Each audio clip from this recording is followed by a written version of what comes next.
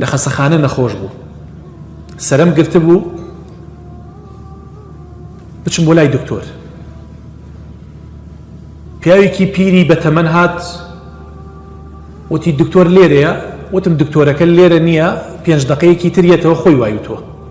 ئاوا تۆزێ سەیری کردم، نازانم عەقڵی منی نەبڕی چی بوو، کردی بەڕیشمە چۆن گرتنە پێیەکە. ئاوا کە ڕای وەشان تەسەور ئەەکەم نیوەی چەناگەم نیوەی ڕیشم لەگەڵ دەستیان ڕۆیشت بێت. باوەڕتان هەبێ خەریب و چەناگەم لە ئەرز بات. خەڵکێکی زۆریشی لێ بوو.